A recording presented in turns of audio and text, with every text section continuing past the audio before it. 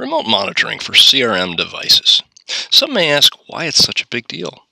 In the following example, you will see why it can be such a big deal for individual patients and for your organization. Here we see a stored recording of an episode in which noise is occurring on the right ventricular ICD lead, causing oversensing. As a result of this oversensing, the patient was shocked by the ICD inappropriately.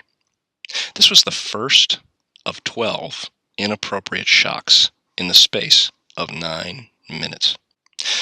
As we look more closely at the data stored in the ICD, we see that the noise on the lead started to take place many days prior to the first delivered shock.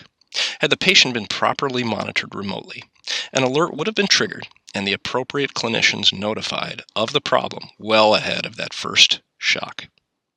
In the case of this particular device, as can be seen here, a large number of charges had occurred prior to the first shock delivered.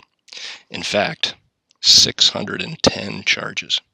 This high number of charges, fortunately, depleted the battery sufficiently so that EOS, or end of service, was triggered after the 12th shock, resulting in no further shocks delivered.